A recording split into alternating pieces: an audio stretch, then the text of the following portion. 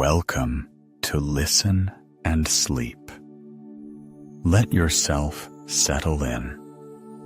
Let the body release what it has been holding all day. Shoulders drop. The breath grows a little longer. You can simply listen. We continue our journey through the world of ancient India. We have already spoken of the path of action, of the path of the body, of the path of 8 steps. Tonight, a different trail, one that does not lead outward, but upward, to where the air becomes so thin it is barely felt, to where snow lies all year long, to where almost no one goes. Imagine such a night. The Himalayas, a height from which the plains below appear as nothing more than a faint, distant glow. The sky here is not deep blue the way it is below. It is almost black and filled with so many stars they do not flicker. They simply stand, still as nails in cold air. No wind, only the silence that exists at great altitude.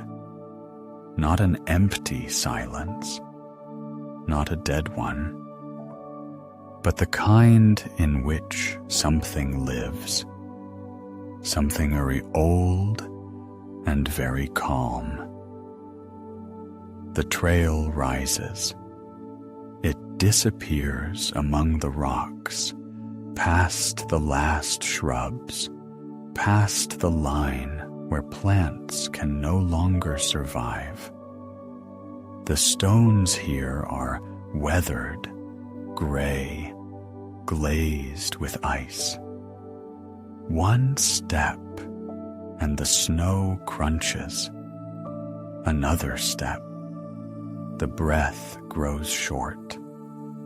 The air cannot fill the lungs fast enough, and the body asks to stop. But someone walks on. The figure on this trail is neither young nor old, moving slowly, deliberately, as if listening to something that can only be heard up here. Down below, such things cannot be caught. Too many voices, too much movement. But here, only breath and the crunch of snow underfoot. He does not know where he is going. That is strange, but it happens. Sometimes the feet move before the mind has a chance to ask why. Something pulls, quietly, steadily, without words. Somewhere up ahead, almost against the rock face, a barely visible dark shape. A cave, small, nearly invisible among the stones. The snow at the entrance is undisturbed, but the entrance is open. And inside, someone is there. You can feel it, not because of fire, not because of sound. Simply, something in the air shifts. It becomes a little warmer, a little quieter, as if standing near something very steady, and you yourself begin to stand more still. The one inside the cave is waiting, not with impatience, simply waiting, the way a mountain waits, without noticing its own waiting, without counting days or years, perhaps for a very long time, perhaps longer than we know how to measure, perhaps a very, very long time. Tonight, we will walk this trail, unhurried, together. We will hear one word, Kriya. It is older than many languages and simpler than it seems. We will learn 3 names, 3 people through whom this word has passed, like thread through beads. And we will hear one secret, one that cannot be told completely, because it cannot be passed through words. But there is something that can be taken along, something simple, almost imperceptible, something that begins right here, in the silence, in the darkness, in that slow breath you just took. Perhaps there truly is someone in the mountains who does not age. Perhaps he has lived there for thousands of years. Perhaps not. This is a question no one can answer with certainty. But here is what is certain.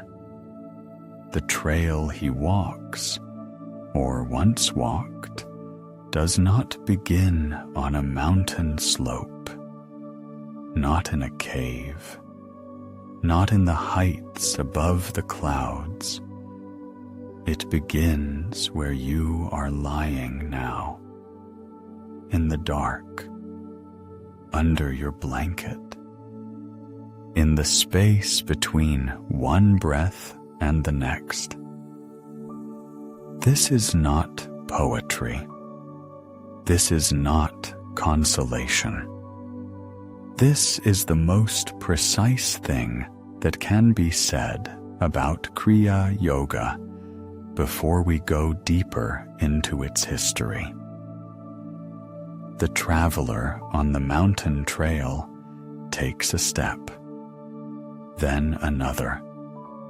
The cave grows a little closer, the silence a little deeper, and the air a little colder, a little cleaner.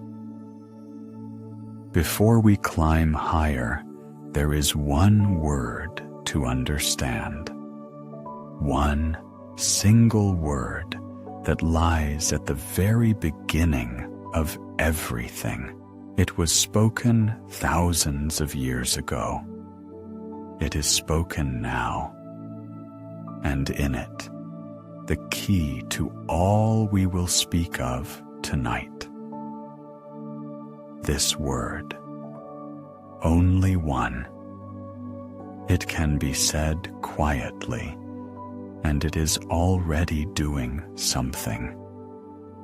Kriya, 3 sounds, 1 root. In Sanskrit, there is a root, krar. It means to do, a very simple action. You do something. something happens. From it grew several words we have already met along this path. Karma. You remember that word. We have already spoken of the path of action, karma, the trace your deeds leave in the world. Every step forward is karma. Every word, every choice, every moment when you did something or did not. Karma is action directed outward into the external world, where other people live, where events unfold, where consequences take shape. Karma weaves the fabric of your life as seen from outside. Kriya is different. Imagine a coin. One side faces the world. The other faces the one who sees that world. Karma is the side that looks outward. Kriya is the side that looks inward. The same metal, the same coin, but a completely different direction. Kriya is action directed not forward, but inward, not outward, but upward, along the quiet axis that passes through you from the base of the spine to the crown of the head. This is not an act in the world. It is the work of consciousness upon itself, a doing not of things, but of the self. There is a subtlety that is difficult to put into words. When you do something in the world, you leave a mark there. When you do Kriya, you change here. Not the world, you. This is why it is sometimes called the action of consciousness, or, very simply, inner work, quiet work, without a hammer, without a shovel, without visible effort, only attention, only breath, only the axis. We have already heard how Hatha Yoga works with the body, like a furnace in which a fire is kindled. Postures, locks, breathing, all of this fans the heat from outside, transforming flesh. Kriya fans differently. Not from the outside, but from within. Not with bellows at the entrance, but with quiet movement along the channel itself. Not with the roar of the flame, but with its steady glow. This does not mean one is better than the other. Simply, a different instrument, a different point of application. There is another meaning of the word Kriya. In the Vedic tradition, it was used to name a rite, a ritual, an offering, something performed precisely at the right time with the right words. An outer altar, smoke, fire, hymns. But Kriya Yoga takes this word and turns it around. The altar is within. The fire is within. The hymn is the breath. The rite is performed without witnesses, without smoke, without a shrine, only a sitting person, and what happens inside that person. A ceremony with no outer altar. That is what Kriya is. It is important to understand this slowly, not as an explanation, but as an image. Imagine you are sitting in complete darkness, silence around you. No fire, no bell, no spoken word. But something is happening. Something is quietly being performed inside.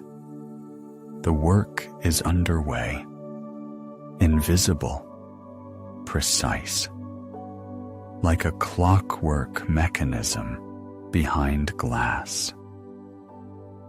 That is exactly what Kriya is. Some people, hearing the word practice, think of effort, of something that must be done forcefully for a long time through resistance. But Kriya is different. It does not go against the current. It is the current itself, only directed inward. Perhaps it is closest to what sometimes happens at the very end of the day, when the body has grown quiet, when thoughts have slowed, when you are simply lying there and suddenly notice that you are breathing, not controlling the breath, not thinking about it, simply noticing that it is there, that it moves on its own, up and down, again and again. In that moment, there is already something of Kriya, small, barely perceptible, without a name. But it is there. Inner action requires no special place. It does not need a mountain or a cave. It begins where attention begins, and attention can be brought anywhere, into a room, into the darkness, under a blanket. This does not mean any person can simply take up Kriya. No, it is a long path, a path with a beginning, with a teacher, with steps. But the very essence, that practice, is possible within. That is what matters. Kriya is not for heroes, not for those who have died to the world. It is a path for one who chose to and sat down quietly, alone, with eyes closed. Karma works with the world. Kriya works with the one who sees the world. Both are necessary, both from one root, but different sides of the same coin, and both coins rest in the palm of one person. The word has been spoken. The meaning has nearly settled. Now, onward. Because the first person to write this word, Kriya Yoga, as the name of an entire path, was the same sage whose name has already sounded in our playlist. The one who threaded all of yoga into sutras like a string through beads, one by one, in the right order. His name has already come up in this playlist. The sage whom tradition calls the avatar of the serpent Shesha, who gathered all knowledge of yoga into 196 verses. He was the first to name Kriya Yoga by that name. He set the word on the page. He made it part of the path. Patanjali. And here is one verse. Only one. The first verse of the second pada. Tapa svadhyaya Ishvara pranidhana Kriya Yoga. Let these sounds simply resound, unhurried. Tapas, svadhyaya, Ishvara pranidhana. They are like footsteps on a stone trail, quiet, steady, one after another. Patanjali did not take long to define. He weighed it. He chose 3 words, not 4, not 7, 3. Like 3 stones at the foundation of a bridge, and said, "This is Kriya Yoga. Here it is, whole." The first stone, tapas. This word is familiar to anyone who has read about India. It is usually translated as austerity, and immediately an image arises of a man on nails or in a cave without food. But Patanjali meant something subtler. Tapas is inner heat, the capacity to bear discomfort without fleeing it, to remain seated when you want to rise, not because you must, but because in that very stillness, something begins to burn. Imagine you are sitting. Your back is already a little uncomfortable. A knee aches. The mind says, "Enough, go lie down." And you remain, not from stubbornness, from quiet resolve. That is tapas, not a great feat. Simply one more breath. The heat of tapas is not from outside, not from the sun, not from flame. It kindles precisely at this point, between the desire to escape and the choice to stay. This is what Patanjali called the first foundation of the path. The second stone, svadhyaya, Sva means one's own, the self. Adhyaya means study. Literally, study of the self. Not psychology, not self-scrutiny, observation. A quiet gaze at what is happening within, what arises, what settles, how the mind responds, how the body breathes. Svadhyaya is also the reading of ancient texts, those that speak of the nature of mind and consciousness. But first, simply watching the self, without judgment, without trying to fix anything, simply noticing.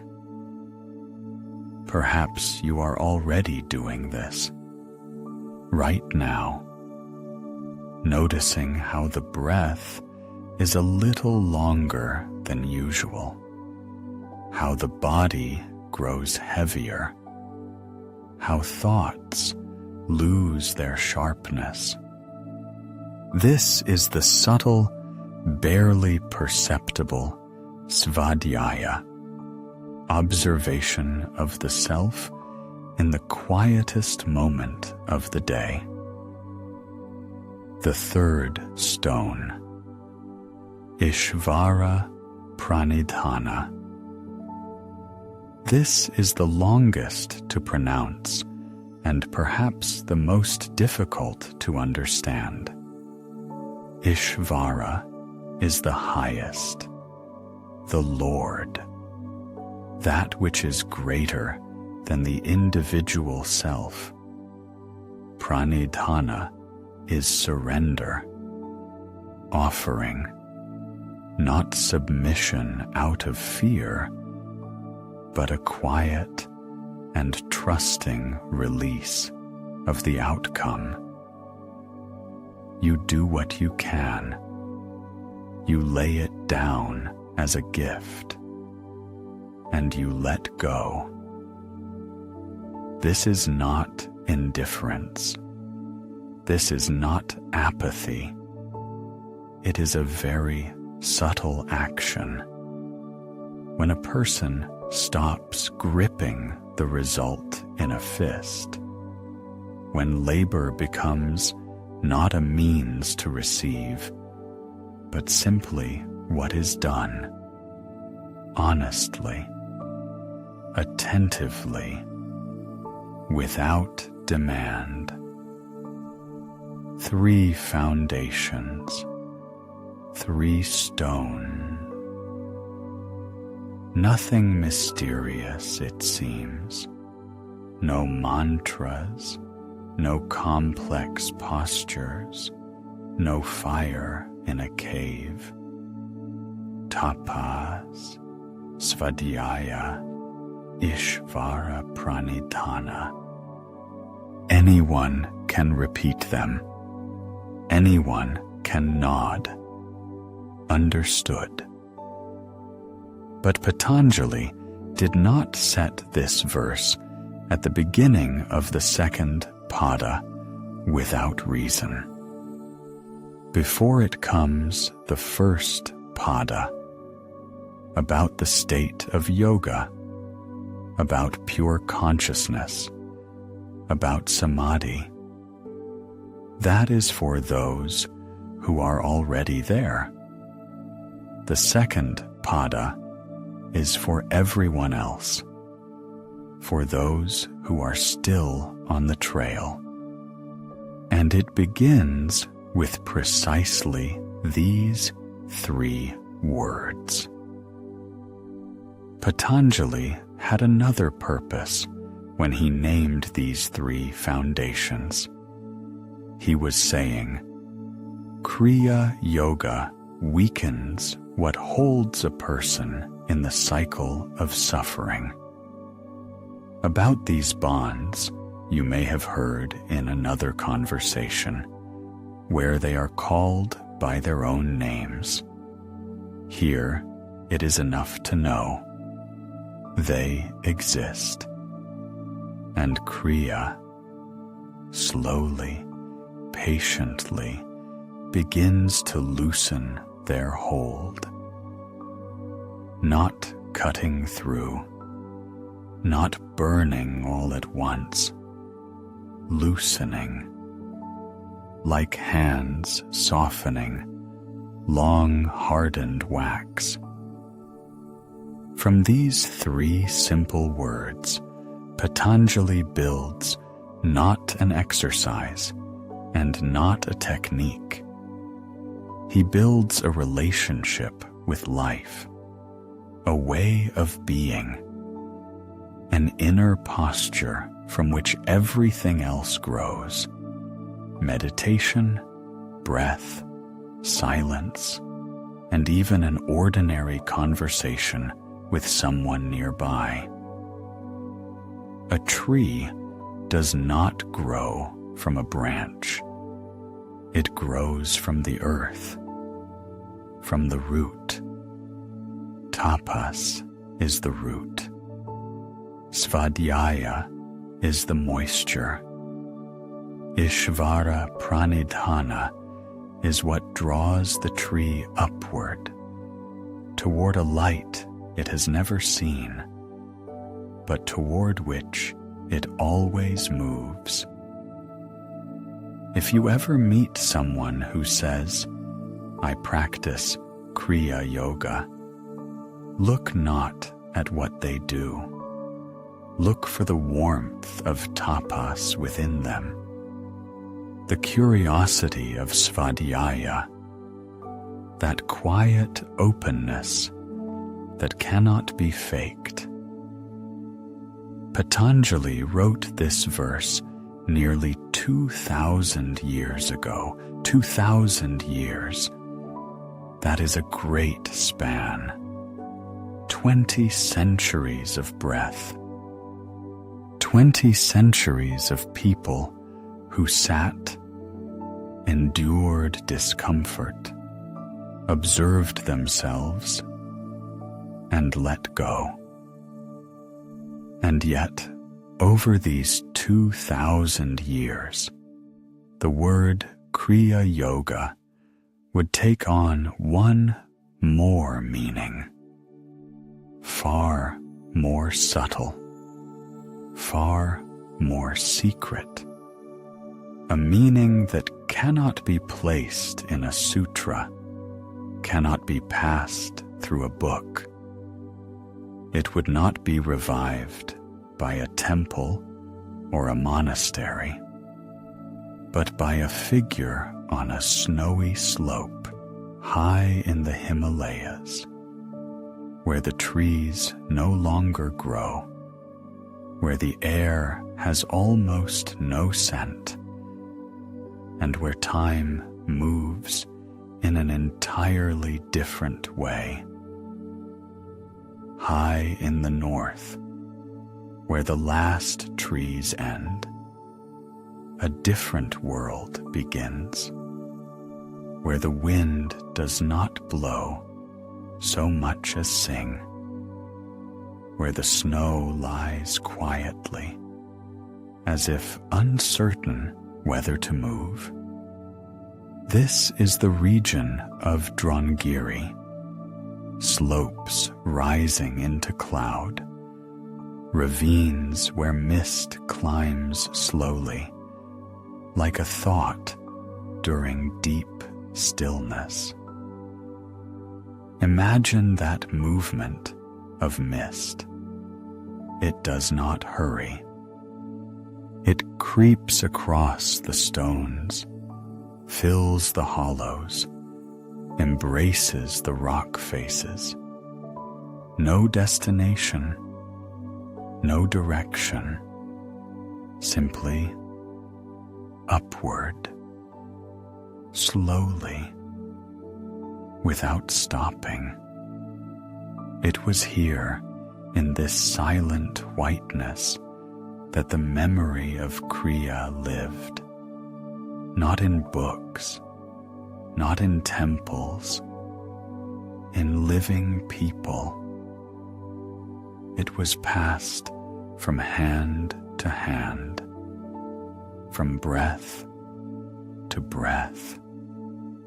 A teacher would sit beside a student, close enough to hear how he breathed, and would say nothing, simply showed where to rest attention, where to guide the quiet wave, how to hold this inner movement without force, without tension, like a thread you do not pull, yet do not let go. Centuries passed this way. One teacher, one student, sometimes 2 or 3, rarely more. This was not a school. It was a living river, quiet, nearly invisible, but alive. And then it began to dry up. Not because of wars. The mountains had seen wars and had not lost their secrets. Not because of persecution. Kriya was not forbidden. It was simply unknown, too quiet, too inward to draw anyone's attention. No. The tradition began to recede, the way water recedes into sand, imperceptibly, gradually, with time. Yogis withdrew into caves, into places where no human voices could be heard, into silences where they might sit for years, where there were no extra words, no extra movements, no extra people. They sought depth and found it, but students did not find them. Mountain trails shift. Snow closes some passes, opens others. A person who has gone into a cave becomes invisible, not because he is hiding, but because he dissolves into that space. No one comes searching, or they search in the wrong place, or they arrive too late. The thread grew thinner. Sometimes it looked like this. An old yogi sat and waited, not because he had nothing to do, but because teaching was his last work on earth. He felt it. Time was moving. The body was tiring. And the one to whom the key could be passed never came. Days passed, then years, then the last breath, quiet as always, and silence. There is an image that captures this perfectly. A water clock, you know the kind. A narrow drop suspended at the neck. It should fall, slowly, measuring time. But suddenly it freezes, nearly stops, hanging between past and future. It does not fall. It does not return. It simply waits. That is how the tradition of Kriya hung, not dying, but not flowing either, suspended between those who knew and those who might have known, between teachers in caves and students in the valleys who did not climb.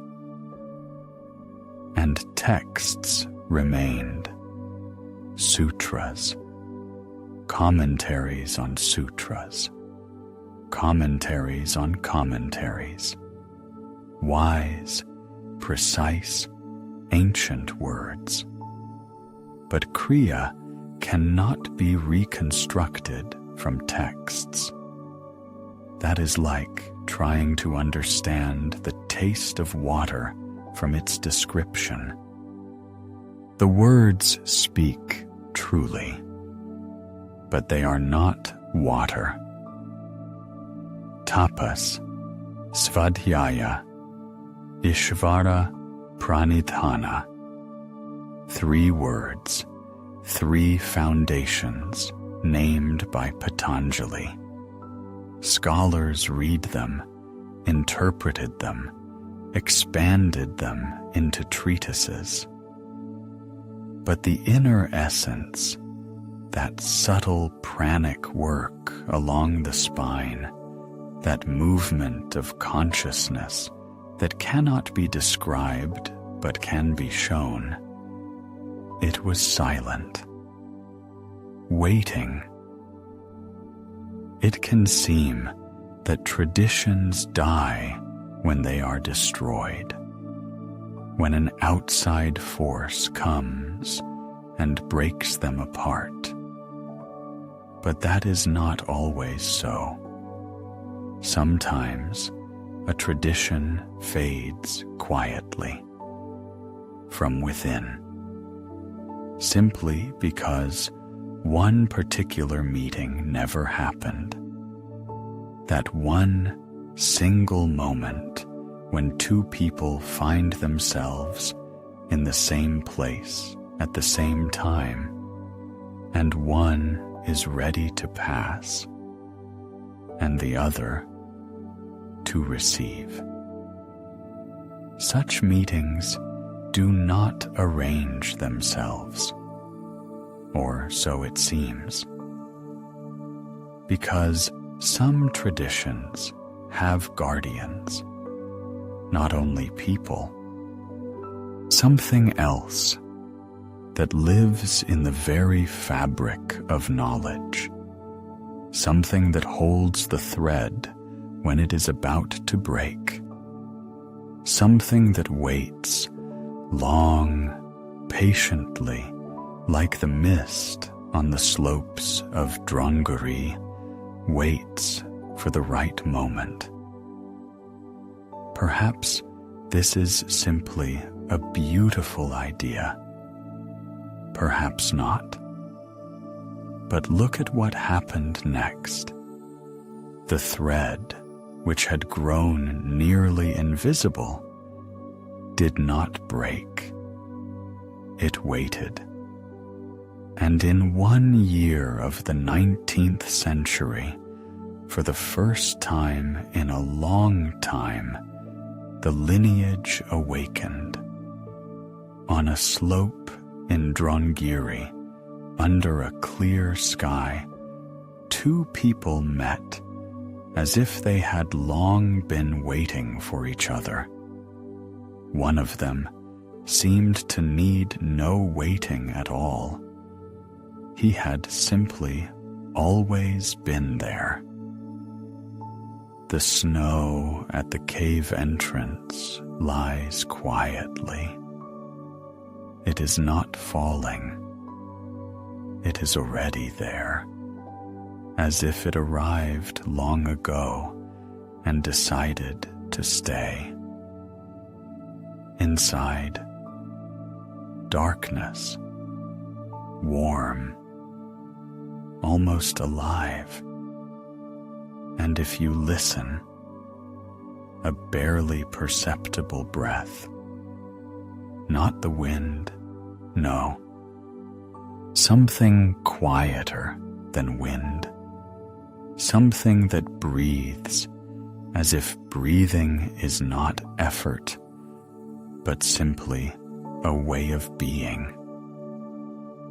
They say this place is high in the Himalayas, so high that the very air is different.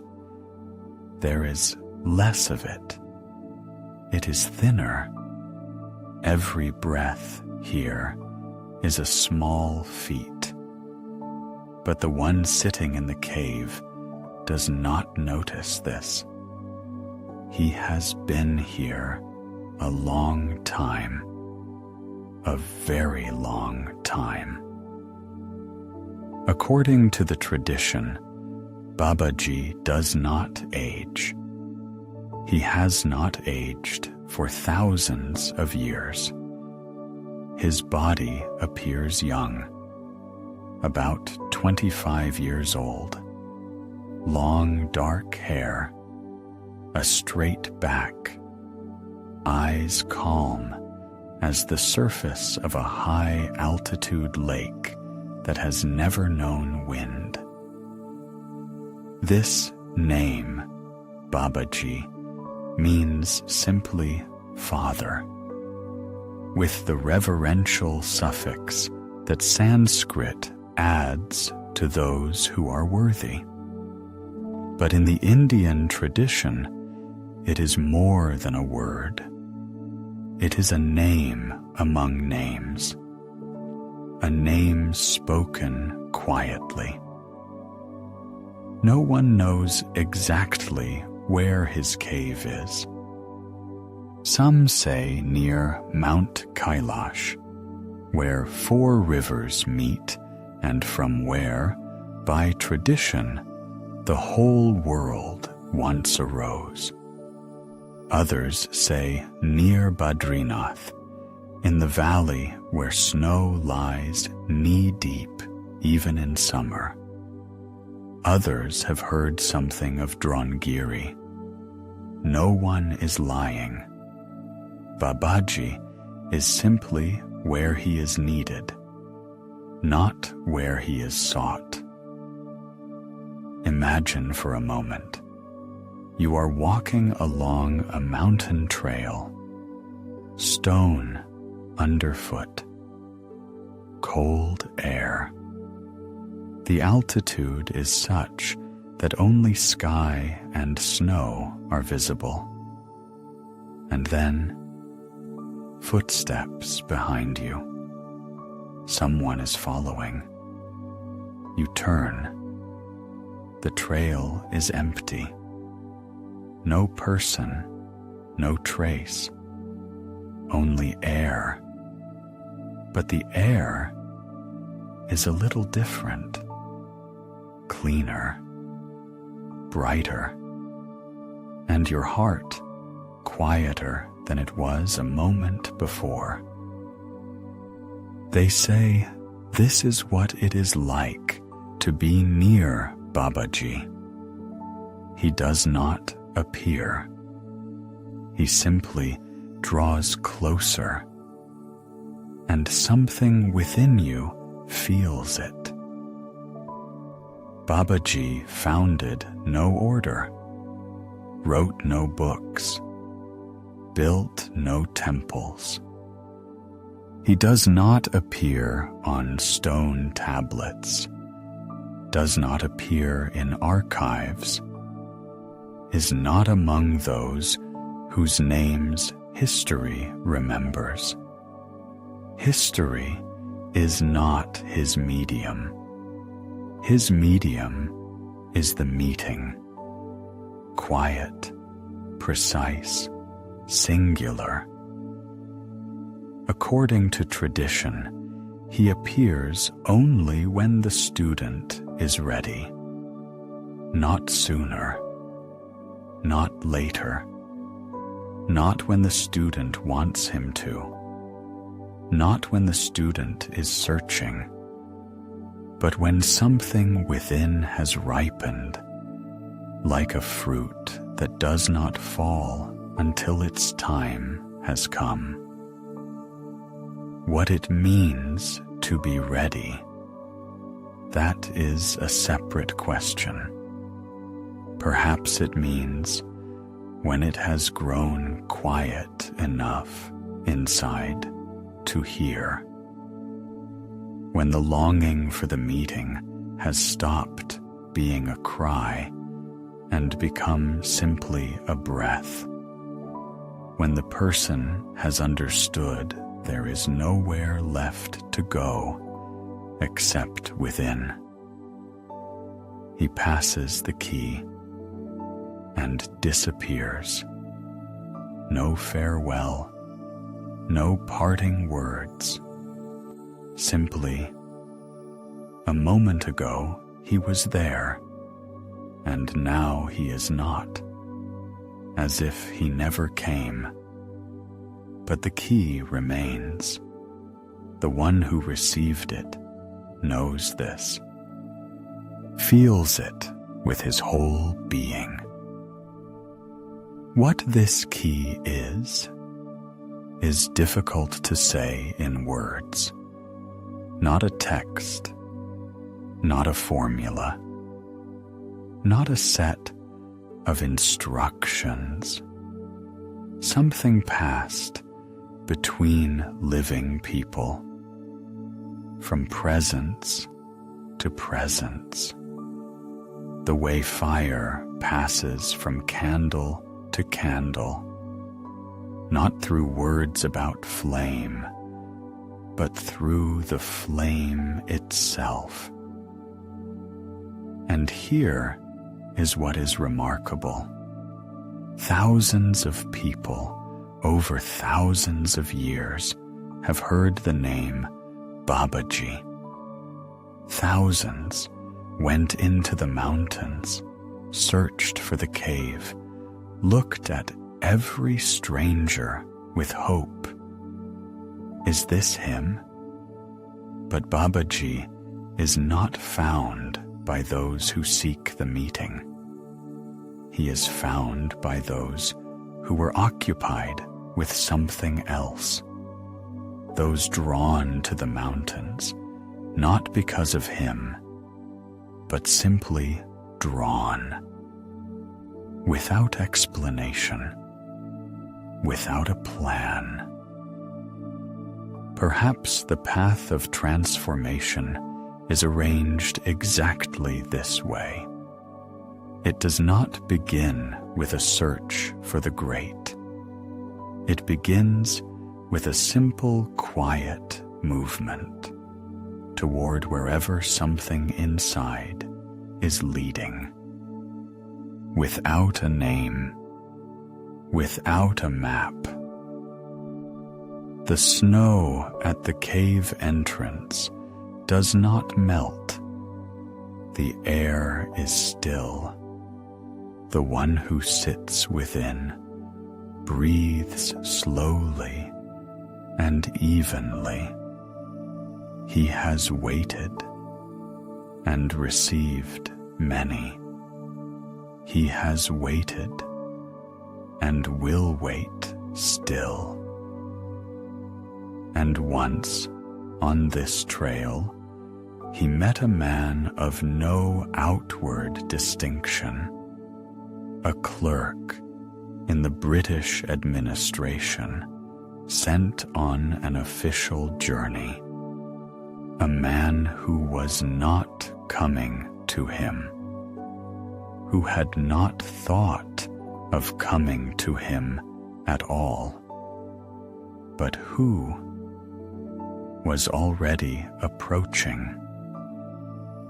His name was Shyama Charan Lahiri, a simple name, like most names on the banks of the Ganges, and he himself was just as simple, without outward grandeur, without marks of asceticism, without any particular destiny written in his face.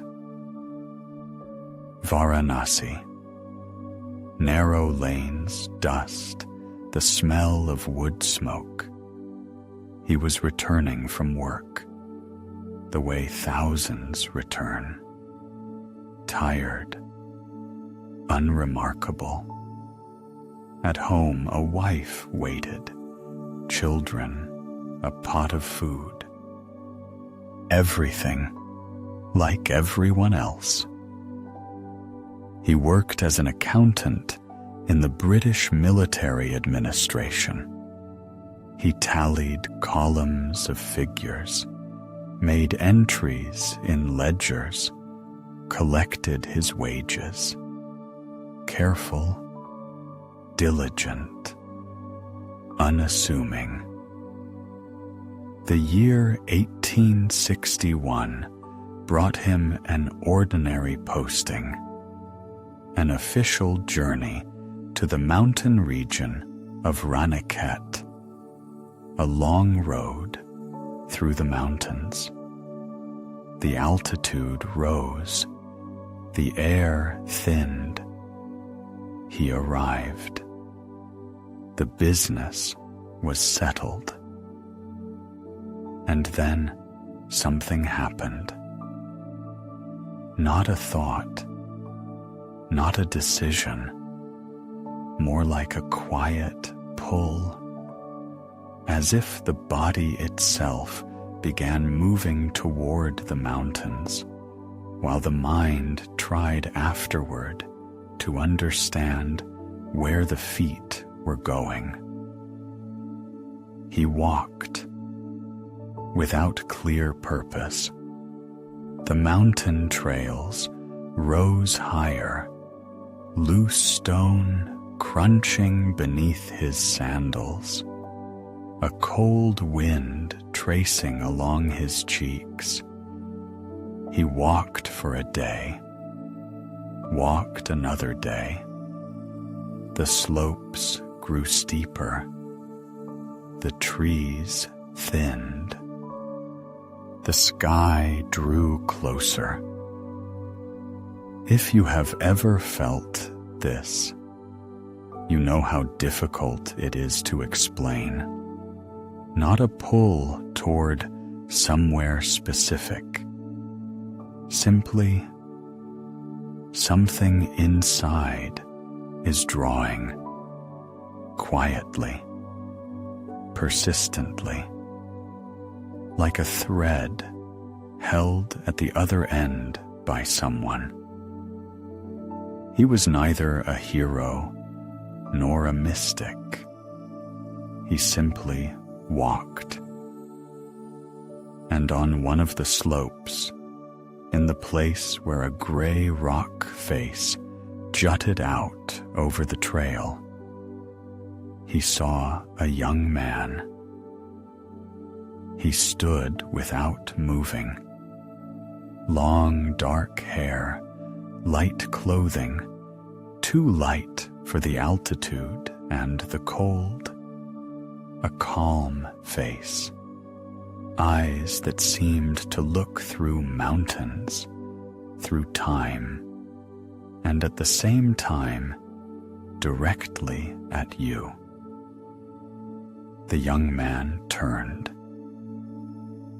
and called him by name. Not hey, not traveler, not sir. His exact name, Shyama Charan, spoken as if they had known each other a long time, as if there had been no first meeting, as if this meeting had already happened, only both had half forgotten it. The accountant stopped. Something stirred in his chest. Not fear, not even surprise. Something quieter and deeper than that. As if you had been carrying a heavy bag for a long time without noticing, and suddenly someone lifted it from your shoulder. Later, much later, Lahiri would tell his students, in that moment, he saw everything at once. In one brief flash, a cave high and dark, years of sitting within it, a breath drawing like a fine thread up along the spine, and a promise made long ago, in a life he did not remember but which suddenly appeared before him, living, warm, palpable. By tradition, the young man at the rock was Babaji, and he said, quietly, without ceremony, without long explanation, you came because you promised. And today, I return to you what you left behind. Think for a moment. What does it mean to have returned to you what you left? Not to receive something new, but to have something restored, to know again what you once knew, to enter a house that was always yours. This is difficult to pass through words, but perhaps you know this feeling. When something deeply true touches you, and you are not surprised, you only recognize it. A quiet nod. You think, yes, exactly this. That is what happened on that slope. Two people stood at the rock face beneath a vast sky. One was young in appearance, but his eyes were different from the eyes of the young. The other was no longer young, dressed like a city man, tired from the road. Everything about him said, I am a clerk, I came on business. But something in him had already changed. Something had quietly shifted. The mountains stood around them, vast and indifferent. The wind carried the scent of snow from distant peaks. There was no sound anywhere, except for that wind and the breathing of two people. Lahiri received initiation. He remained there for several days, in the cave, high above the place where ordinary trails end. What exactly happened during those days? Almost no one speaks of it, only that he entered as one person and left as another, outwardly the same age, the same clothing, the same face, but within, as if a light had been lit in a dark room that had always been there.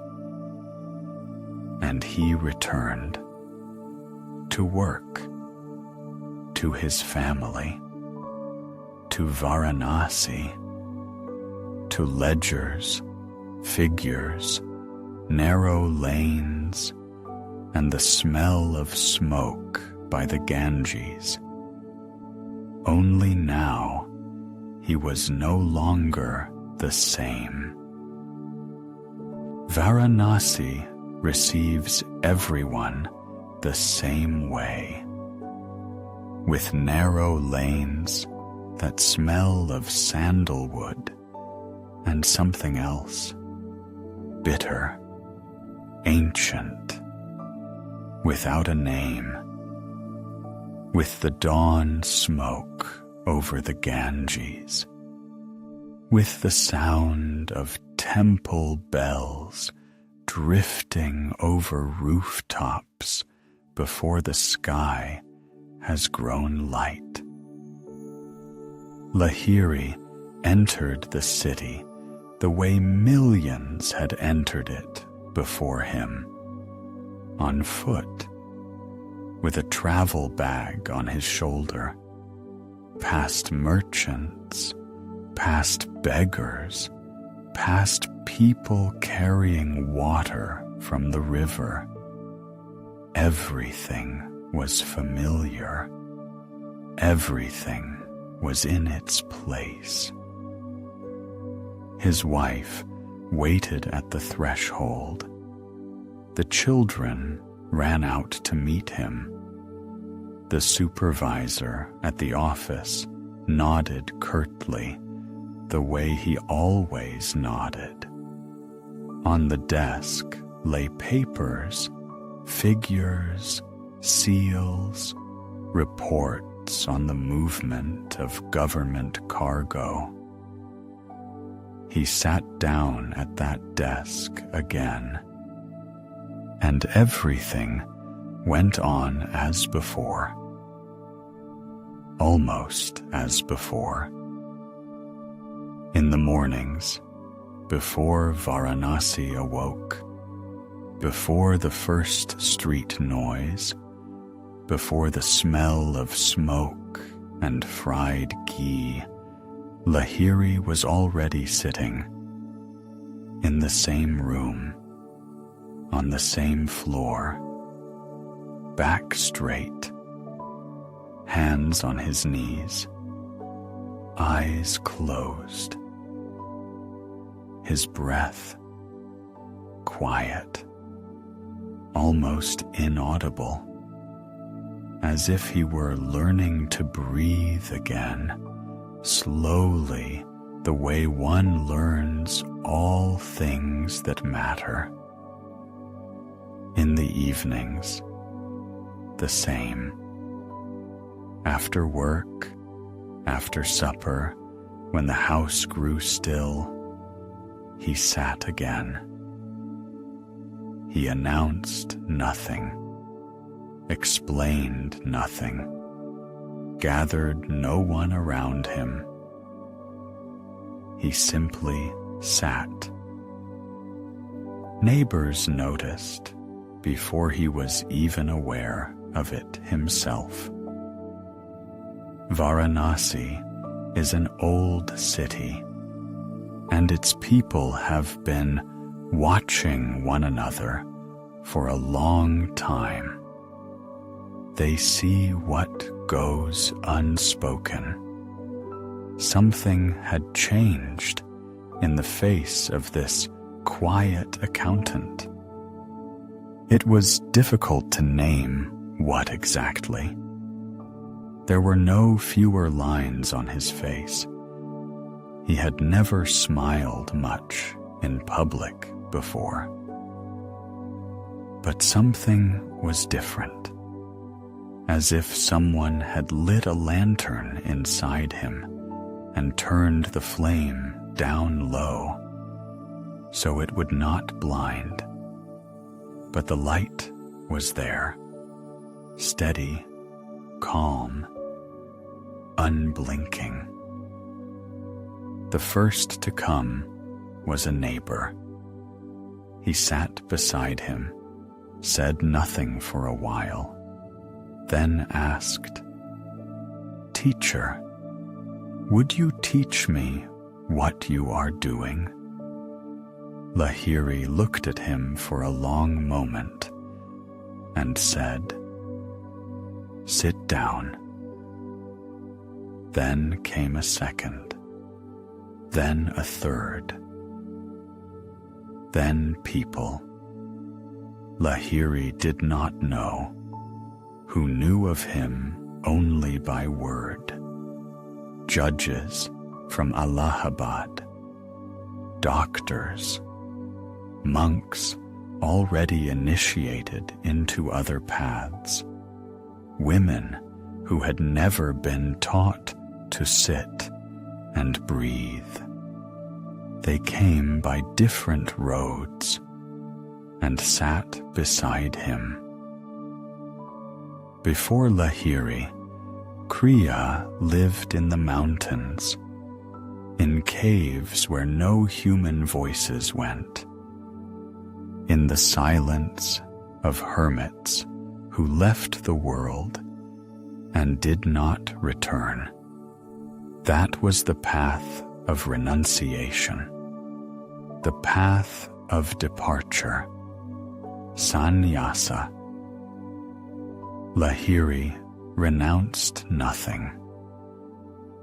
He went to work, signed papers, came home, sat with his children, ate ordinary food, and yet sat each morning and each evening. He performed what had once been considered possible only in complete solitude, far from the world. This was a quiet revolution, without proclamations, without a break from the past, a revolution that took place in a small room, with eyes closed. Imagine knowledge of certain rare stones kept only in the mountains. No one brought them down. No one imagined they could be carried through a marketplace. And then one person comes to the city, quiet, unremarkable, and it turns out he has a stone in his pocket, and that he is ready to show how to find it, not in the mountains, here, in this very life. That is exactly what Lahiri did. Kashi Moni Devi, his wife, also became his student. She who saw him every day, who knew him as no one else did.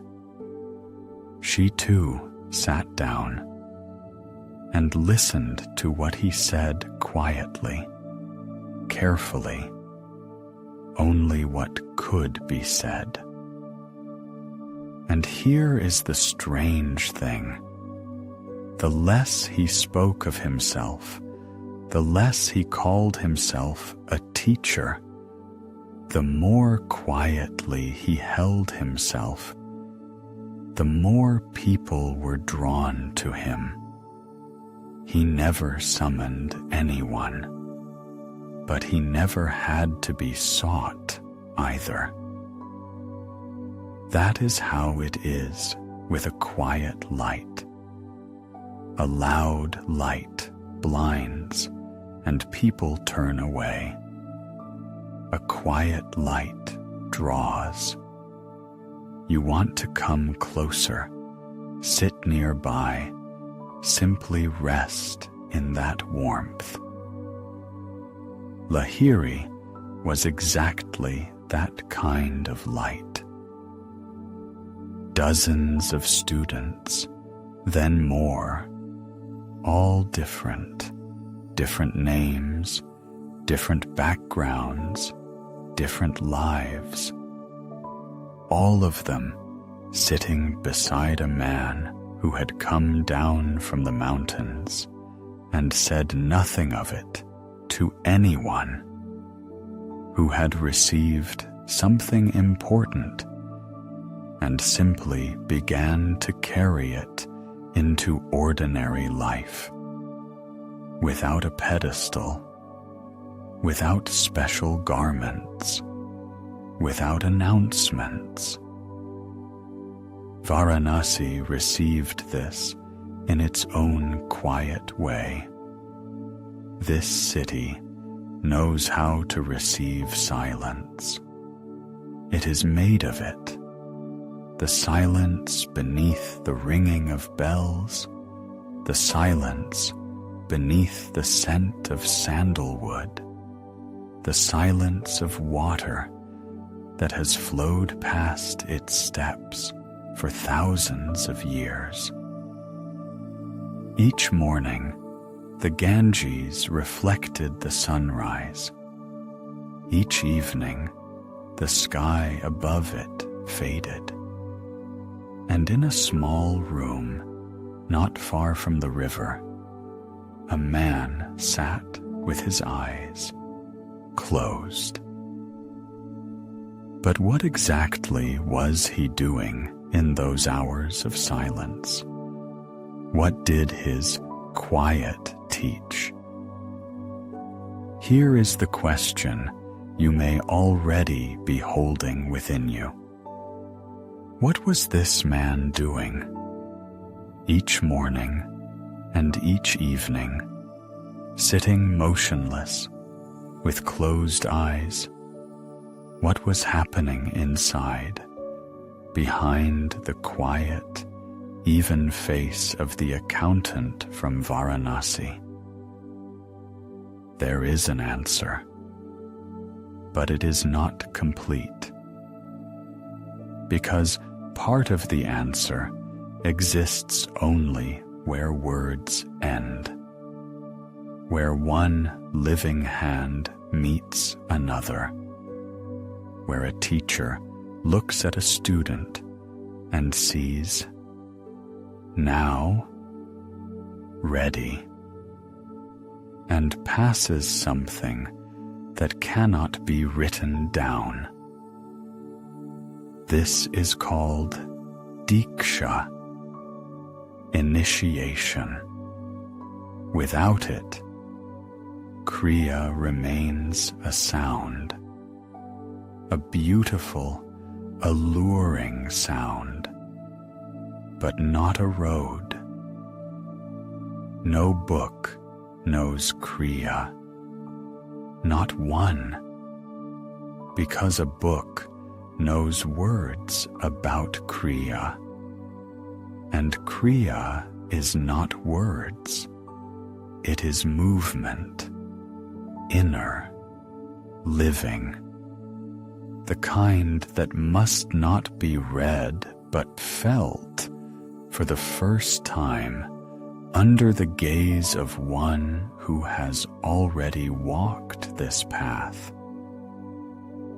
And yet, something can be said, not as instruction, as an image.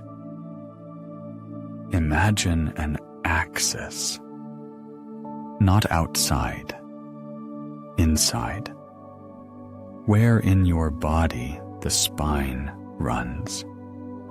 Along this axis, in the tradition it is called Sushumna, something moves, not a thought, not an image, something more subtle than that, what the ancients called prana, the life force, the breath of life that breathes us rather than we it. The Kriya Yogi directs his attention along this axis, from below upward, then from above downward, slowly, without effort, without sudden movement. The breath at the same time becomes long, fine, almost silent, as if the body itself decides to breathe less, but deeper. Each such passage from below upward and back is one cycle, one journey, tiny, inner, wordless. Students of Lahiri used to say, one such cycle equals 1 year of inner evolution, a year in a few seconds of silence. They did not explain how to count this. They simply said, and fell quiet. Because some things must not be understood, but tried. A year in a minute. Think about that slowly. Not with the mind, with something below the mind. The spine does not sleep. It is always here, always ready. Along the axis we are speaking of, there are points, known in yoga as chakras. But today is not the time for a detailed conversation about them. That is a separate, full story about how the subtle body of a person is arranged. It will come in its own time. For now, it is enough to know. The points are there, and when the attention of the Kriya Yogi passes near them, each one responds in its own way, like a string touched without being plucked. There is one image the teachers of this lineage loved, the image of a weaving shuttle. Have you watched cloth being woven? The horizontal threads are the warp. They are stretched tight, motionless, holding the form, and through them, again and again, passes the shuttle.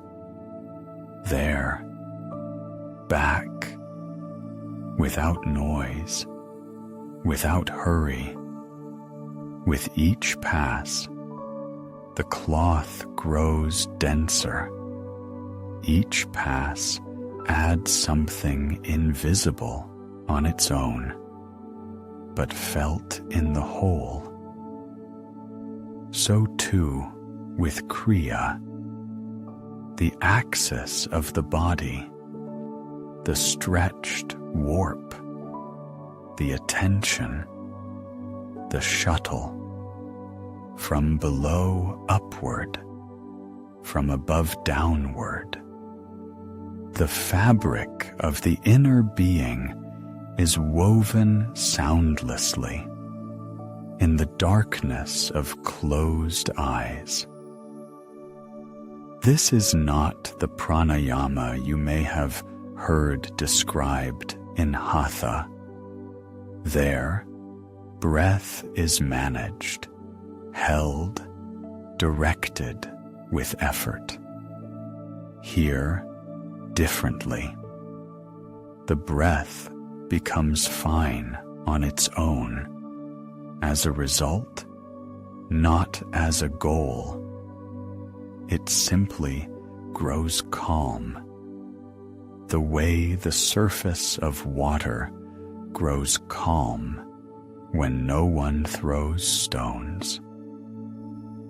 And this is not meditation in the ordinary sense, not watching thoughts, not resting in silence.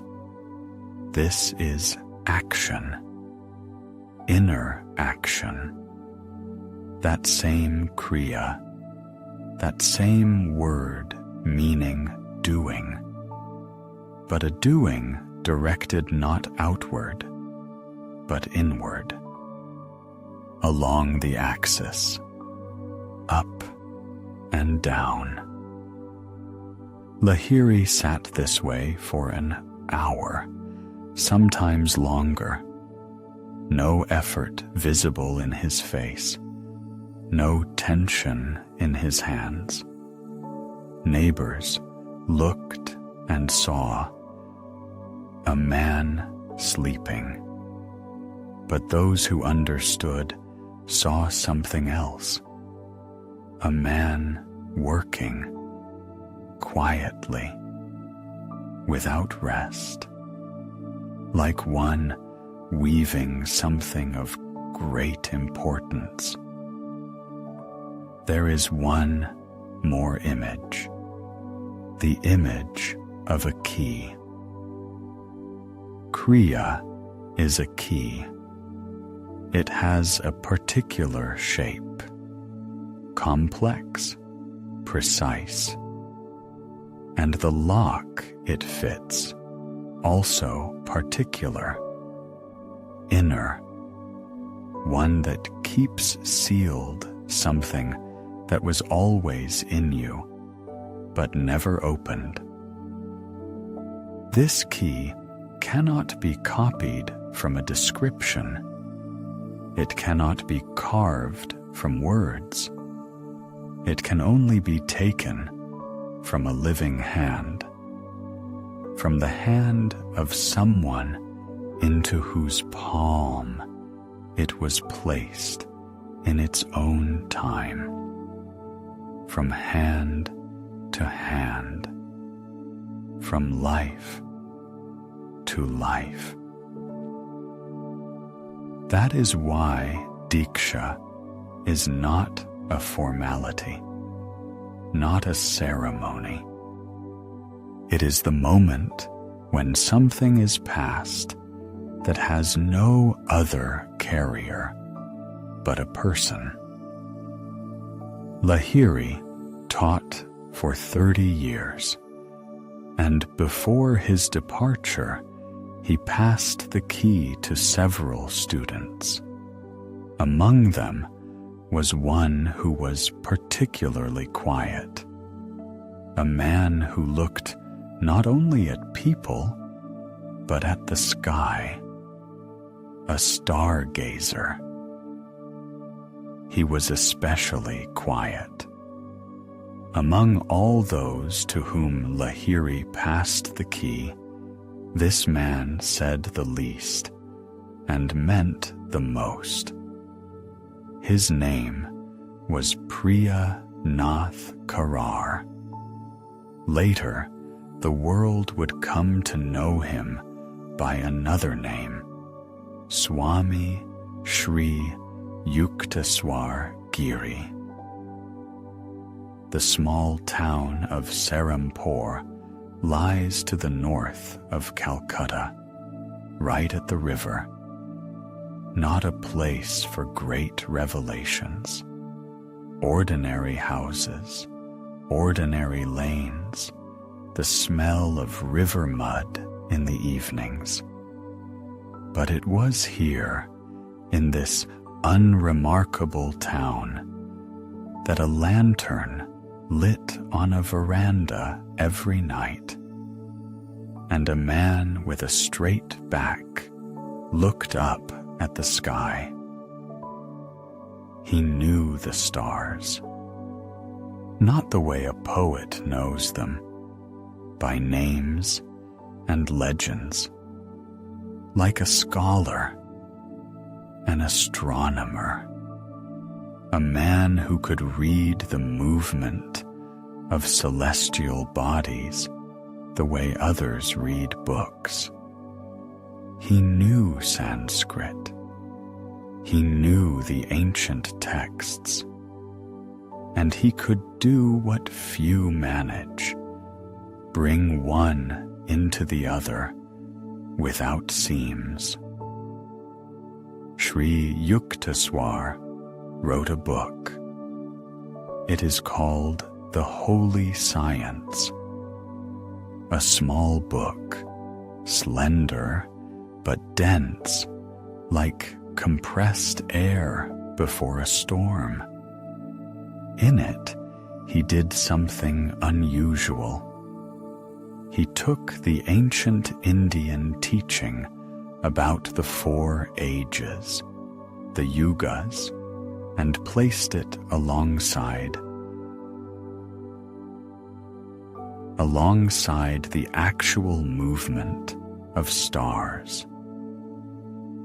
In his calculation, the solar system does not stand still.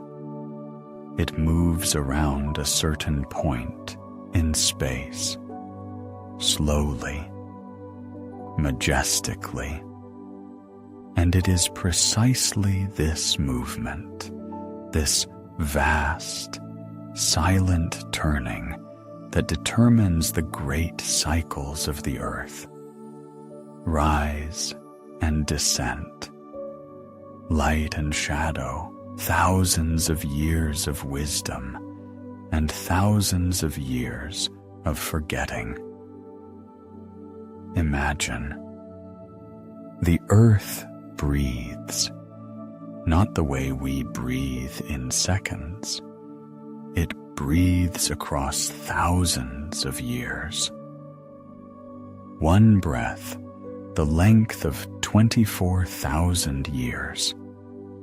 A slow ascent into clarity, and just as slow a descent into twilight. Sri Yukteswar said, "We have already passed the lowest point. The dark age is behind us. We are moving upward, slowly, as all things true must move, but already upward." His students recalled. When he spoke of this, his voice changed. Not louder, no, quieter, more even. The way people speak who are not persuading, but simply seeing. In ordinary life, Sri Yukteswar was different, direct, exacting, sparing of praise to such a degree that a rare word of approval from him was worth more than gold. Students feared him and were drawn to him. That strange combination, fear and trust, exists only near those who do not spare you, but see you completely. He could sit across from a student and say nothing for a long time, a very long time, until the student stopped fidgeting, until the silence came that cannot be forced. It arrives on its own when there is nothing left to hide. Then Sri Yukteswar would nod and begin to speak. Outwardly, he did not look like those who are called yogis. He wore saffron robes, but lived in a town, received guests, managed a household. Not a cave, not visible austerity. And yet, in him burned the same fire that burned in Lahiri, the same trail, the same quiet work, invisible from the outside. Before his departure, Lahiri had named several students as keepers of Kriya. Sri Yukteswar was among them, not because he was the gentlest, not because he was the most accommodating, but because he understood what is being passed is not a set of movements, not a technique. It is direct experience of the inner axis, and that cannot be passed except from person to person. The nights above Serampore were clear, especially in the winter months when the river's humidity dropped and the air became transparent as water from a mountain spring. Sri Yukteswar would go out onto the veranda. He would look at the sky for a long time without moving. One of his students recalled. Once he dared to ask, what exactly did Sri Yukteswar see there in those stars when he looked like that, without looking away? The teacher was quiet, then answered, the same thing as inside, only on the outside, much larger. Stars and spine, the immense and the small, the movement of the solar system and the movement of prana through the sushumna, one and the same principle, simply at different scales. Sri Yukteswar could feel this, and he knew how to be silent about it in such a way that others began to feel it too. His strictness was not cruelty. It was a form of respect. When you do not spare a student, you are saying, I believe you are capable of more. It was precisely in this exacting quality that students found support, not in praise, in the fact that the teacher saw them truly, not as they wanted to appear. Years passed. Serampore stayed quiet. The lantern on the veranda kept burning. And one day, a very young man came from Calcutta, enthusiastic, with bright eyes, his speech quick as a mountain stream. Sri Yukteswar looked at him for a long time, in silence, the way one looks at the sky before reading it. Then said quietly, Go. You have a long journey ahead. You will carry this farther than I could have imagined. The young man from Calcutta left. Sri Yukteswar watched him for a long time, toward the place where the lane turned and a person dissolved into the morning light. Then he lowered his gaze and returned to his books. He did not know how far this student would go. No one knows such things in advance. The trail reveals itself only to those who have already taken the step. His name was Paramahansa Yogananda. About him, a separate, full story, whole, long, with its own turns and its own shadows. It lives in the playlist of great teachers. We will come to it in its own time.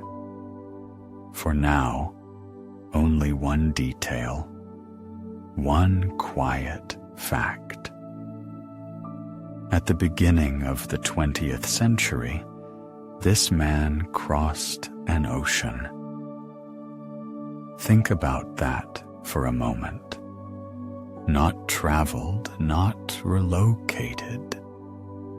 He crossed an ocean, carrying what cannot be packed in a suitcase, what is passed only from hand to hand, from gaze to gaze. He took Kriya, not a technique, not a diagram, but living knowledge, and brought it somewhere that had never heard of it. America, California, the shore of another ocean, where the air smells different, where there is no Varanasi, no Ganges, no scent of incense on stone steps, where the word guru was simply an unfamiliar sound. He founded an ashram there, small among hills, with its own garden, its own schedule, its own silence. Students came of all kinds, those who were searching and those who were simply nearby out of curiosity. That is how it is with all things new. But the thing that flew the farthest was not the ashram. It was a book. Autobiography of a Yogi. It was published in the year 1946. Yogananda wrote it slowly, carefully, as a person who understands. Words are also a responsibility, especially when speaking of what you yourself have seen and lived through. And that book spread quietly, without loud advertising, without a special campaign. Simply, people gave it to each other, left it on shelves, found it in libraries, read it in the night when sleep would not come.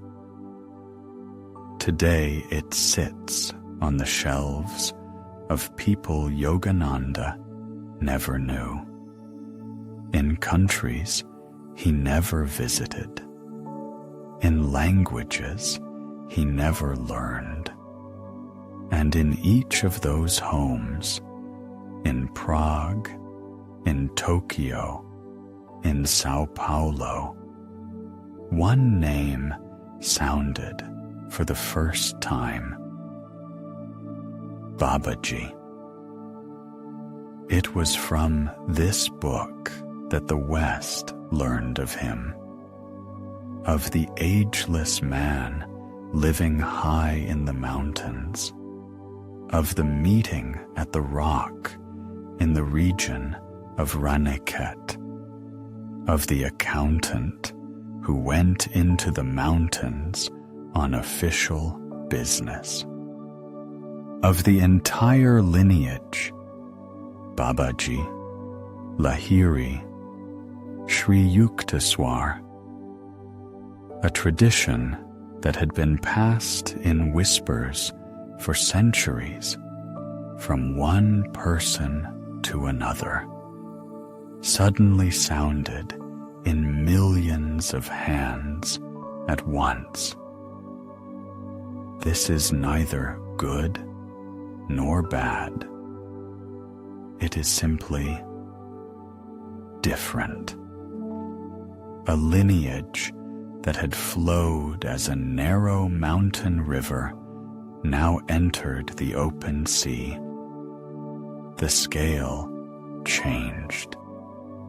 The banks could no longer be seen. And here is one subtle observation. The more people hear the word Kriya, the fewer of them understand what it means.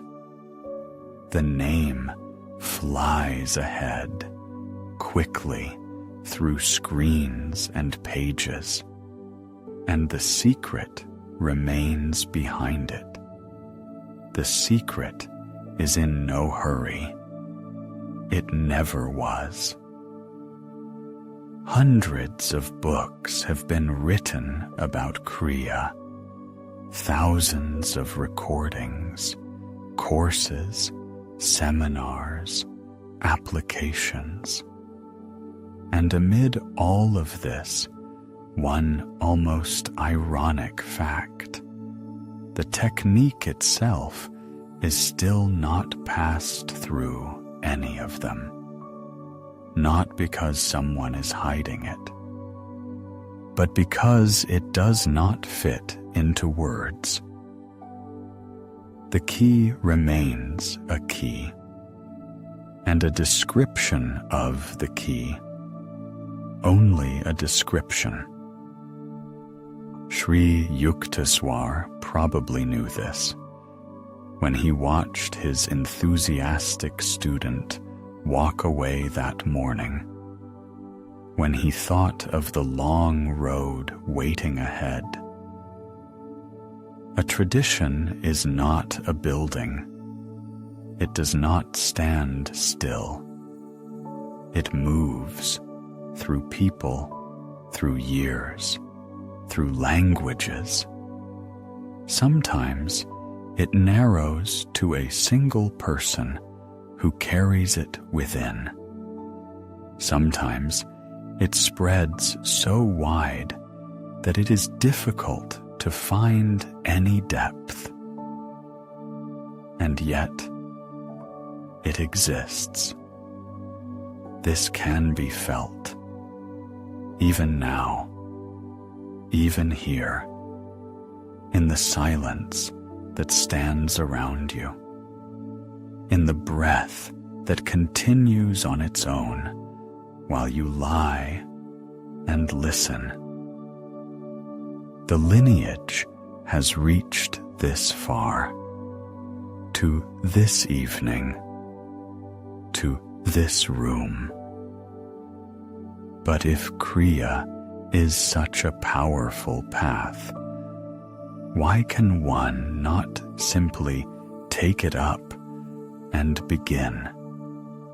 What stops a person from reading a book, watching a recording, and sitting down? Here is the whole matter. Reading a book is possible. Watching a recording is possible. Sitting down, also possible. But that is not enough. Not because knowledge is locked away, but because the door opens only from the inside, from within the self, and only when you are ready.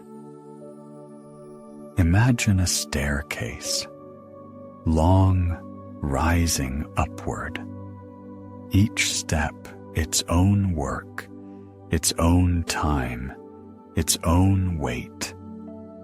You look upward, see the middle, think, I will start from here. Why do I need the lower steps? I am not a child. I already understand much.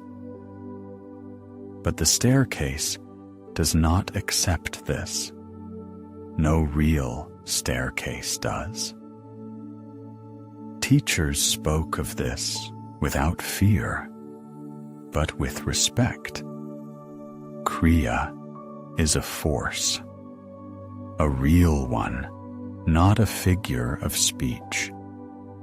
When pranic energy begins to move along the spine, it moves where the channels lead. If the channels are clear, straight, and ready, it rises calmly, like water through a clean pipe. If they are not, it seeks an exit where it can. And this is not a metaphor.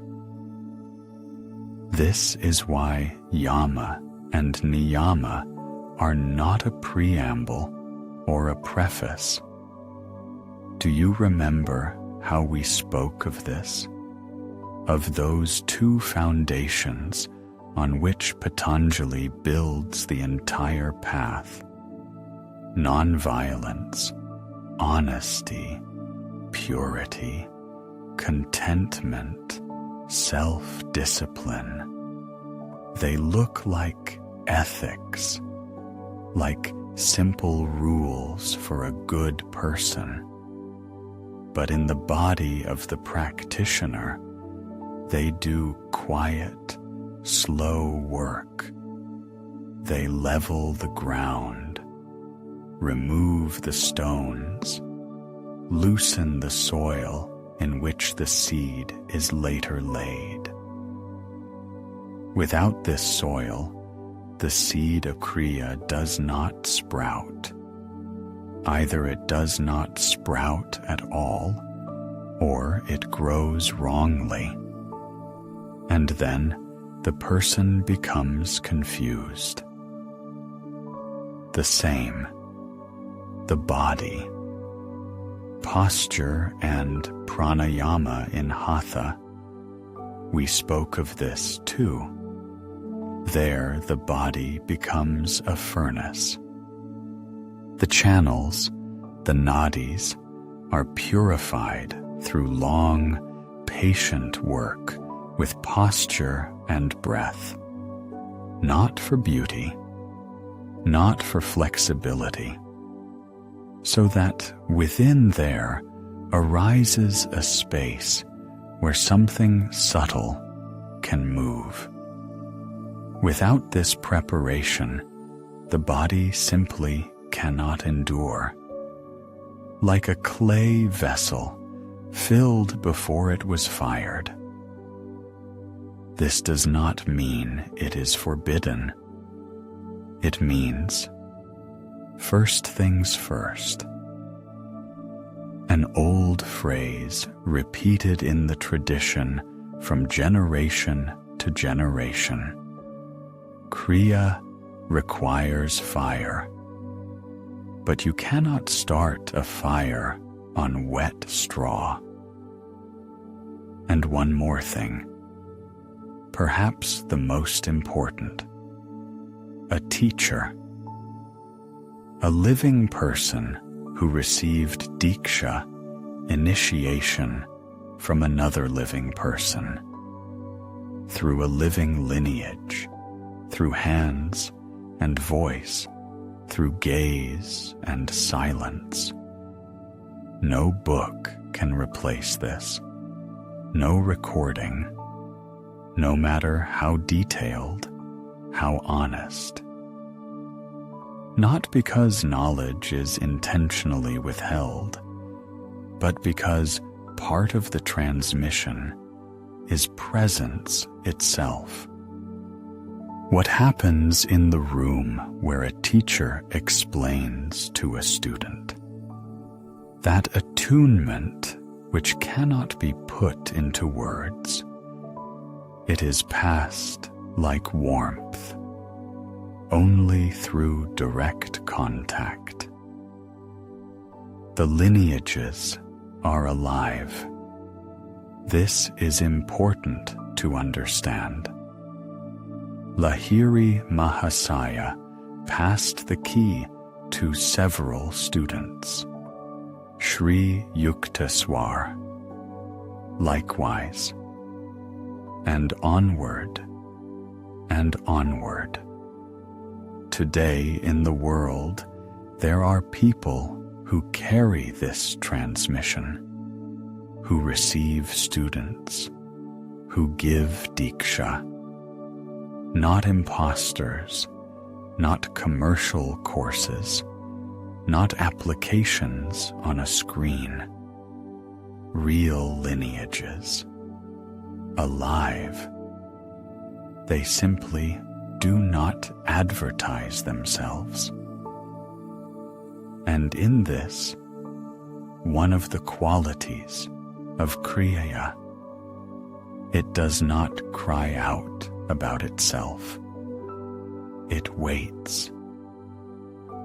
But even when everything is done correctly, a teacher found, diksha received, the body prepared, the mind cleansed, even then, Kriya asks for one more thing, the hardest thing in our time. Patience. Not a week or a month, a year, 10 years, 20. Those who practice speak of this without regret as a property of things. A tree does not grow in a single season. Mountain rock does not change in one summer. A river does not carve a canyon in a year. It simply flows, again and again, drop by drop. And one day, where there was stone, there is now depth. So too, in Kriya, the person sits down, day after day, year after year, and often notices nothing. No visions, no revelations, no sense of progress. Only the morning sitting in silence, only the evening breathing, only the inner work, quiet, imperceptible, like the growth of hair. And then something changes, but not the way it was expected. No power arrives, no sky opens. Simply, on some ordinary day, in a conversation with someone close, you notice something inside has grown quieter. Something that once rose like a wave now only ripples. Something that once frightened is simply there. And that something is not what was expected, not what you had read about, not what was promised. It is yours. The teachers in the lineage of Lahiri would say, the true result of Kriya is unrecognizable. It cannot be foreseen, cannot be ordered, cannot be copied from another, because each person has their own composition, their own history, their own tangles. and Kriya unravels precisely those, not someone else's. This is why it is not for everyone and not at once, not because it is elitist, not because it is harsh, but because it requires space. Space in the body, cleared through hatha.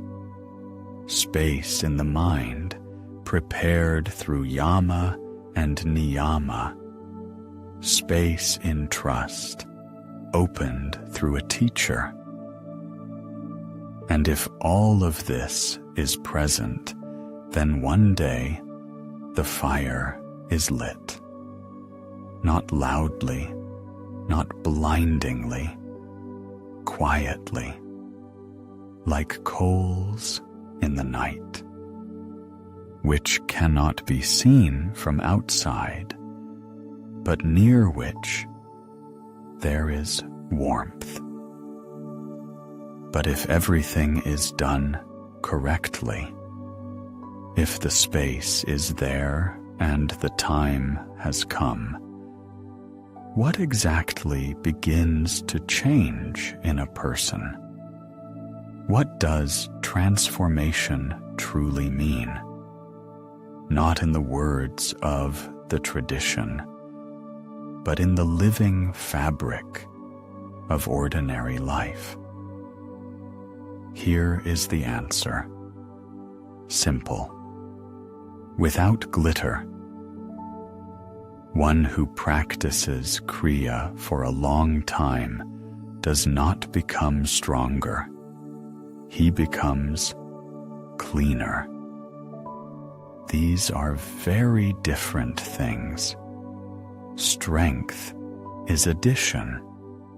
Purification is the gradual loss of what is unnecessary. Like the melting of snow in spring. No thunder, no avalanche. Simply one morning, the ground is dry. First, the mind grows quieter. This is what almost everyone speaks of first. Not sharper, not more intelligent, quieter, as if someone turned down the background noise. Thoughts do not disappear, but between them a gap appears. A small opening into which one can step and breathe. Then the emotions grow steadier. Not numbness. No. The feelings remain. Joy, tiredness, worry, tenderness. But they stop overwhelming. Stop dragging the way a current drags a fallen branch. The person feels, and at the same time stays where he stands. This is difficult to describe in words. It must be felt. Then, sleep becomes gentler.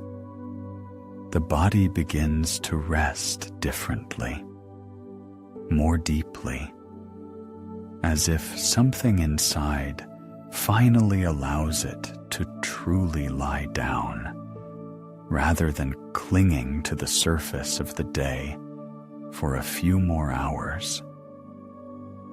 And then, sometimes, there come flashes, an inner light, not from outside, not in the darkness beyond the window. Inside, brief, quiet, like when you close your eyes, and behind your eyelids, there is suddenly not darkness, but something else, something warm. Some people call it light, some presence. Some do not call it anything. They simply remember. These moments come on their own and go on their own. No one can summon them. No one can hold them. Sri Yukteswar spoke of this sparingly. Direct, exacting, without extra words. He said, "A seed does not sprout the next day, but it sprouts if moisture has reached it, if the earth is not frozen, if light arrives. Everything else is the work of the seed itself, quiet, invisible from outside." This is what the tradition calls transformation. Not a blinding strike, not a moment after which everything is at once different. No. Imagine a tree, old, tall. You see it every day and notice nothing. But inside the trunk, each year, a new ring appears. Thin, dense. It cannot be seen from outside. Only if you cut the tree. Only then, the rings, year after year, layer upon layer. Transformation in Kriya is the same. It is not visible, not to you, not to your neighbors. It is inside the trunk. In the tradition, they say, the mark of true transformation is not visions and not abilities. The mark is different. Less greed, less fear, less resentment. This diminishes slowly, the way old heat diminishes. It does not go out in one evening, but with each year of practice, a little less, a little quieter, a little further from the surface.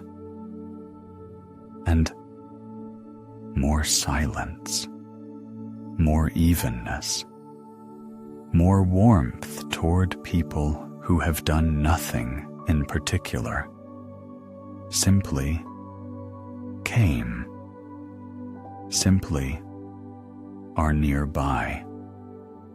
Warmth toward strangers, quietness in a difficult moment, steadiness where before there was a wave. This is not sainthood. This is not enlightenment. This is simply cleaner. Remember, in Hatha, the body becomes a furnace from the outside. Postures, fire in the muscles, heat in the joints, the alchemy of form. In Kriya, the furnace is within. It cannot be seen. It does not blaze. It burns quietly, at the very center, along the spine, where the subtle axis runs. Not all of Lahiri's students became saints. No, most remained ordinary people. accountants, doctors, judges. They lived in cities, went to work, argued with neighbors, fell ill, but nearly all of them said the same thing, not in identical words, each in their own way. But the meaning was one. Something had imperceptibly changed. Something inside had become a little different. No one could name exactly what. Simply different. One of them said it like this: I stopped being so afraid. Not entirely, but less. As if someone took part of the weight. Not all of it. Part. And perhaps that is exactly the point. Not to become fearless, but to carry a little less, a little lighter, so that between the worry and the next breath there is an opening. At night, it seems that nothing is happening. The sky is dark. The stars stand where they stood. The earth is silent. But it is precisely in these hours that something in the world is being prepared. The horizon already knows what you do not know yet. And in the morning, when you open your eyes, the sky will be different. Not suddenly, simply already different, gradually, imperceptibly, the way it always is with what is real. Transformation resembles sunrise, not lightning. But from all of this, from Lahiri, from Sri Yukteswar, from the rings inside the trunk, from the quiet furnace along the spine, what can be taken by one who has no teacher, no diksha, no years to sit, simply a person lying now in the dark, with closed eyes, listening to a voice in the silence. Here is what can be taken right now, without a teacher, without initiation, without years of practice.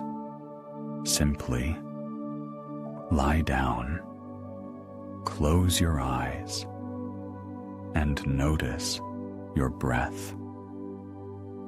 Not change it, not manage it. Simply notice that it is there, that it moves on its own, without your effort. Inhale, pause, exhale, again. Do you remember the trail we began with? The one that rises past the trees, past the last pines, to where the snow ends, and something begins that has no name. The trail that, by tradition, someone has walked for thousands of years. Here is the thing. You are already on it. You have not left the house, have not picked up a pack, have not lifted your head from the pillow, but the trail is here. It begins where your body is lying right now, under the blanket, in the dark, in the silence of this night. Each conscious breath is a tiny Kriya, not the Kriya of Lahiri, not the kind stored in caves and passed from hand to hand. Simply attention turned toward one inhale, one exhale, this breath, this exhale. Perhaps there truly is someone in the mountains who does not age. Perhaps this is only a beautiful story that people keep because it reminds them of something important. That time can be lived through differently. That there is a rhythm slower than the rush, deeper than exhaustion. This knowledge will not help you add strength tonight or hurry sleep. But here is what will help. One quiet breath and another, without effort, without purpose, simply letting the air enter and go. If you do this each evening, not as a technique, not as an exercise, but simply as a return to yourself, one day you notice something strange. Within you, there is already quiet work underway.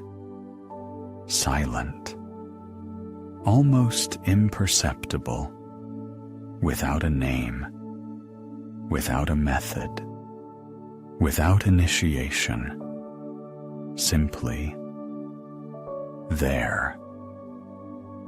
Like the annual ring on a tree that no one sees while the tree is alive, but it grows each day in silence.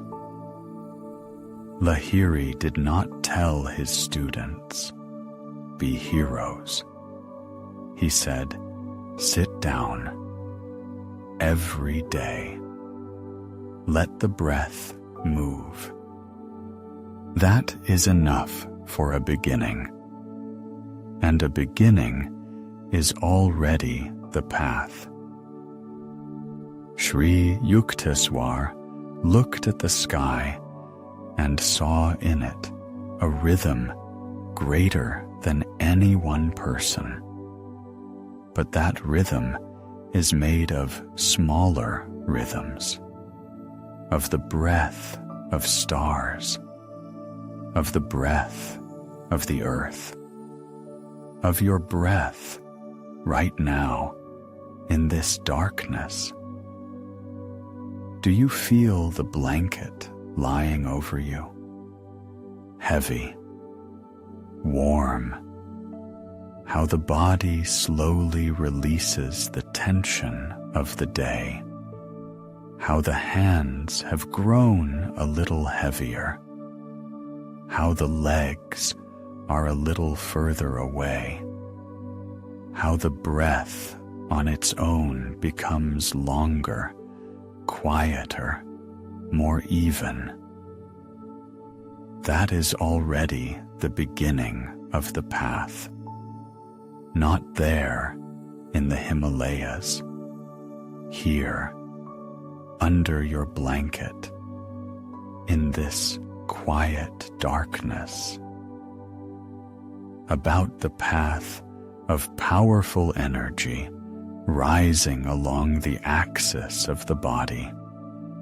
there will be another story about the chakras, also about those points on the inner axis where by tradition whole worlds lie sleeping. But that is later, farther along the trail. For tonight, only the breath, only this inhale, this exhale, only the silence that begins where words end. Babaji, they say, goes nowhere. He is where he is needed. Perhaps this means he is where someone is doing a simple thing, breathing and noticing their breath and allowing it to last. Kriya is inner action, the quietest of all actions, the one that leaves no trace outside, only within, slowly, imperceptibly, like a light that no one sees until they open their eyes. The trail in the mountains is covered in snow. It is cold there now, quiet. The wind barely stirs between the stones. The stars stand still. And somewhere, perhaps, a small fire burns in a cave. And here, there is warmth. Here, there is quiet. Here, there is you and your breath and the gentle work that has already begun. This was listen and sleep. May the silence of Kriya keep you. The trail is already beneath you. Peacefully.